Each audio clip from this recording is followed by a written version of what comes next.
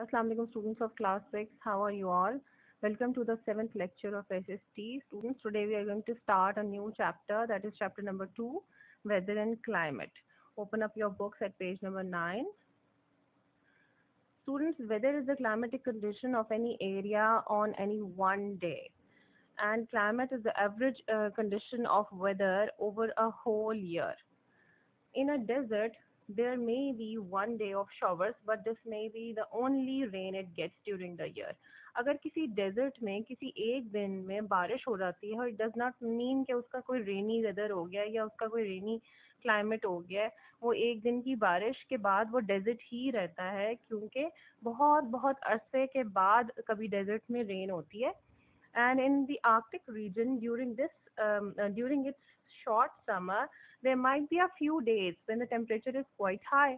कभी Arctic conditions में भी समर में किसी किसी डे में कोई टेम्परेचर हाई हो सकता है, but general climate of Arctic region is very cold. And climate is the weather condition over a whole year. The desert, in spite of one day of shower, has hot, dry climate, and the Arctic region, despite a few days of sunshine, it has a bitterly cold climate. Now, coming to the next point, the climate of a country is very important. It decides what crops can be grown there and how the people live. It means that the area that have showers, rains, and have wet climate can have specific kind of crops. Take an example of rice.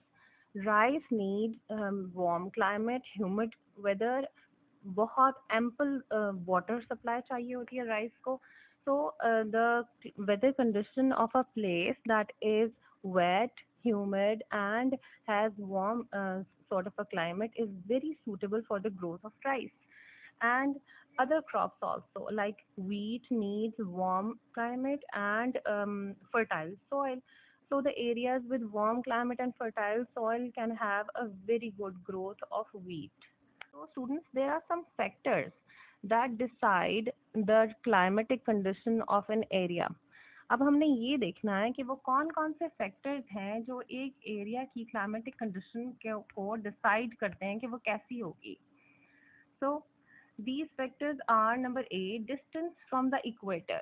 As we all know कि equator के surrounding areas में जितने भी places हैं, जितने भी countries हैं या रीजन्स हैं या एरियाज हैं, वो बहुत हॉट हैं. उनका नॉर्मल जो है ना टेम्परेट क्लाइमेट है, हॉट क्लाइमेट है.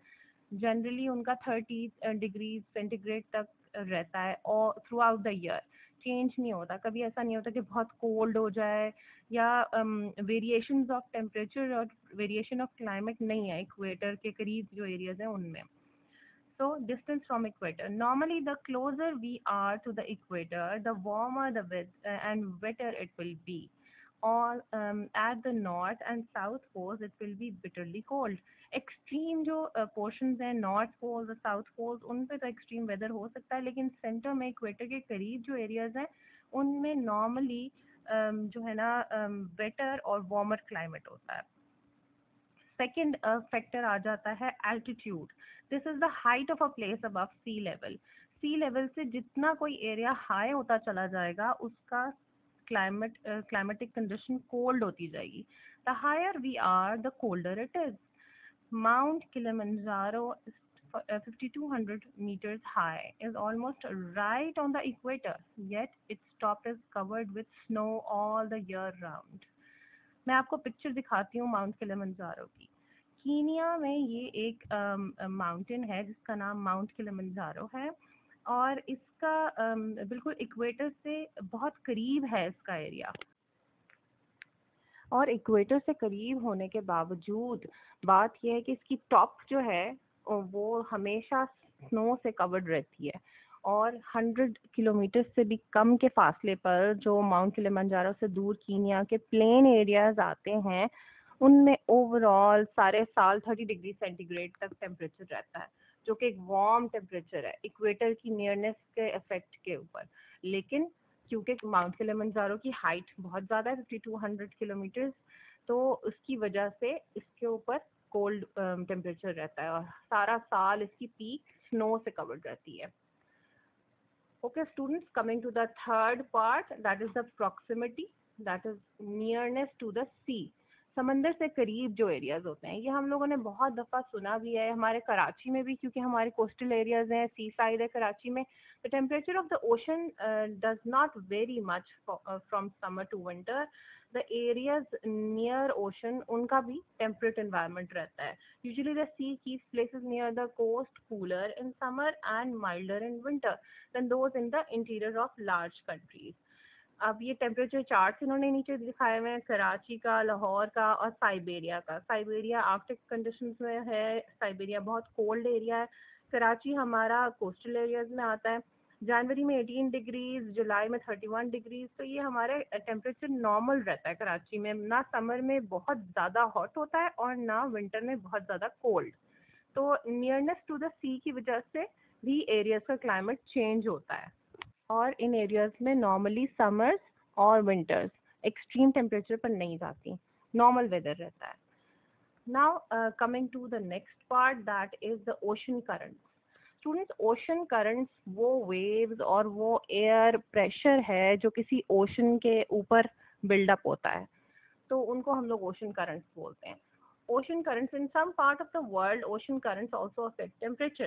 The cold, humid current from the Antarctic sweep up the west coast of Southern America, keeping countries like Peru, which is well within the tropic, quite cool. Jin countries के borders पर oceans touch कर रहे हैं, जिनके पास oceanic borders हैं, तो उनके ऊपर टेम्परेचर ओशन की वेव्स का या ओशन करंट्स का उनके टेम्परेचर से बहुत फर्क पड़ता है. लाइक अब ये पिक्चर आप देखें, इसमें जो राइट साइड पर एक आपने देखा कि अंटार्कटिक एरिया से, आर्कटिक एरिया से जो ओशन करंट्स आ रहे हैं, उनकी वजह से इसका वाटर का टेम्परेचर इटसेल्फ कितना कोल्ड हो गया है. तो इसके ऊपर से जो वाटर के ऊपर से जो वेव्स जाएंगी, जो एयर पास होगी, तो वो कंट्री के टेम्परेचर को ऑटोमेटिकली चेंज कर देगी. और दूसरी साइड पे जो सी है या ओशन है, इसके बॉर्डर से फील हो रहा है कि वार्म साउथ साइड से, कहीं से गल्फ ऑफ मैक्सिको जैसे इन्होंने एग्जांपल दी है, वहाँ से जो एयर वेव्स आती हैं, गल्फ स्ट्रीम से जो एयर वेव्स आती हैं, ओशन करंट्स आते हैं, उनकी वजह से टेम्परेचर उन कंट्रीज का हाई होता है. या हमारे जैसे कराची है, इसमें सदर्न साइड से हमारे वार्म करंट्स आते हैं, जिसकी वजह से इनका टेम्परेचर थोड़ा सा मॉडरेट है, नॉर्मल सा है, ना एक्सट्रीम सर्दी है ना एक्सट्रीम गर्मी है. Students, moving towards the next factor, that is the rainfall. Rainfall की तरफ जब हम जाते हैं, rainfall is very important in determining the climate of a place. The world average rainfall is between 1000 and 2000 millimeters a year. Though there are great differences, places in Atacama Desert on the western coast of Chile have had no measurable rain for hundreds of years. Deserts में of course we know कि deserts क्यों होते हैं, क्योंकि वहाँ पे rainfall की और ह्यूमिडिटी की कमी होती है, इस वजह से वो एरियाज डेजर्ट्स बन जाते हैं. And Atacama is known as the driest place on earth. इसको अंडरलाइन कर लें, इट्स वेरी इंपॉर्टेंट. ये ड्राइस्ट प्लेस ऑन अर्थ है Atacama डेजर्ट.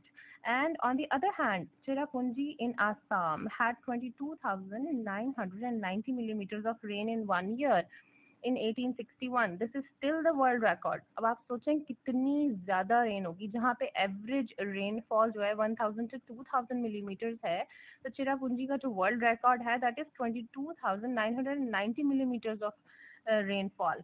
अब मैं आपको पिक्चर्स दिखाती हूँ एटाकामा डेजर्ट की और चिरापुंजी की. This is Atacama desert in Chile. इसमें हंड्रेड्स ऑफ ईयर्स से इसका रिकॉर्ड है कि इधर रेन नहीं हुई है. और this is Cherrapunji. Very humid, very wet temperature, और रेनफॉल भी एक्सट्रीम पर होती है यहाँ पर. और बहुत इसी वजह से इसके फॉरेस्ट जो है ना बहुत लश ग्रीन है, ग्रीनरी बहुत है यहाँ पर. ओके जी students, the next factor is air pressure. Air may not seem to have any weight, but it does. It is just that we do not normally feel it. After each of us, above each of us is a column of air several kilometers high. Actually, this column of air weighs about 230 kilograms. हम सबके ऊपर air जो pressure buildup कर रही है that is equal to 230 kilograms. This air pressure is not steady. Sometimes it presses more heavily on the earth than at other times. Air pressures आपको पता है चेंज होते रहते हैं. The average of about 1 kilogram on every square centimeter. When the pressure is high, जब air pressure high है, air का weight ज़्यादा है, pushing down on the surface heavily, air push down कर रही है surface of the earth पर, the weather is usually fine and dry. When the pressure is low, जब हवा हल्की हो जाती है, it is usually stormy and wet. इस इसको इस तरह समझते हैं that warm air pushes downwards. It has a heavy pressure on the surface of the earth, and it creates a fine and dry climate. And the cold air goes upwards. It has a low pressure on the surface of the earth, and it creates a stormy and wet climate. So, students, coming to the next factor, that is the direction of wind. Just like the ocean currents, direction of wind, the direction from which the wind usually blows also has an effect on climate. If a place mainly has north wind, north की side से cold area से winds आ रही हैं, so it is usually cold because they blow in from the Arctic and colder regions. In southern hemisphere, it is the southerly winds which are cool. The wind blow across a large area of sea. They pick up a large amount of water and produce a rainy climate. If the place faces north in the northern hemisphere, it is usually cool. And if it faces south, it is usually warm. The places having different temperatures also depend upon the direction of the wind that is reaching that place. अगर वो south की side से आ रही हैं तो वो warm areas उठाते हैं, वार्म विंड्स ला रही हैं हम अपने साथ. और अगर वो नॉर्थ के नदर्न हेमिस्फीयर से आ रही हैं तो वो कोल्ड रीजन्स में आ जाते हैं, क्योंकि वो विंड्स कोल्ड अपने साथ coldness of the Arctic areas लेकर आ रही हैं. स्टूडेंट, डायरेक्शन ऑफ विंड के बाद हमारा चैप्टर फिनिश अप हो गया है. अब आपकी जो होम असाइनमेंट है, that is question number 1. That is, why is the amount of rainfall so important for the climate of a place? So we've discussed about Cherrapunji and the desert, that was the Atacama Desert in Chile. तो आप इन दोनों areas को discuss कर सकते हैं. That is because of the rainfall के इनके temperatures में इतना डिफरेंस है. Less rainfall can make a place dry and even barren like deserts, while the areas with more rainfall and heavy rainfalls have moderate climate, fertile land, and agricultural lands with good output. And question number 3, can you think of any other factors that might affect the climate? आप ये net पे से भी search कर सकते हैं कि direction of wind, air pressure, ocean currents और रेनफॉल, प्रॉक्सिमिटी टू द सी और एल्टीट्यूड और डिस्टेंस फ्रॉम इक्वेटर, ये जो पॉइंट्स हमने डिस्कस किए, इनके अलावा भी कोई पॉइंट्स हो सकते हैं जो किसी एरिया के टेम्परेचर को अफेक्ट करें. सो आई थिंक पॉपुलेशन, जिस इलाके में जितनी ज़्यादा पॉपुलेशन होगी, जितना डेंसली पॉपुलेटेड होगा, उतना वार्म सा क्लाइमेट होगा वहाँ का. इंडस्ट्रीज, जहाँ पे ज़्यादा इंडस्ट्रीज होंगी, वहाँ जो क्लाइमेटिक कंडीशंस होती हैं वो पोल्यूटेड भी होता है थोड़ा सा एरिया, और वहाँ वार्म क्लाइमेट होता है. ट्रांसपोर्ट, वेजिटेशन कम हो, कंजस्टेड एरियाज हों, लाइक रूरल एरियाज में टेम्परेचर्स डिफरेंट होते हैं, और सिटीज़ जो कंजस्टेड और इंडस्ट्रियल एरियाज सिटीज़ होते हैं उनके टेम्परेचर डिफरेंट होते हैं. तो आपको जो समझ आए, write any 5 points of your own choice. Okay, that's all for today. अल्लाह हाफिज़.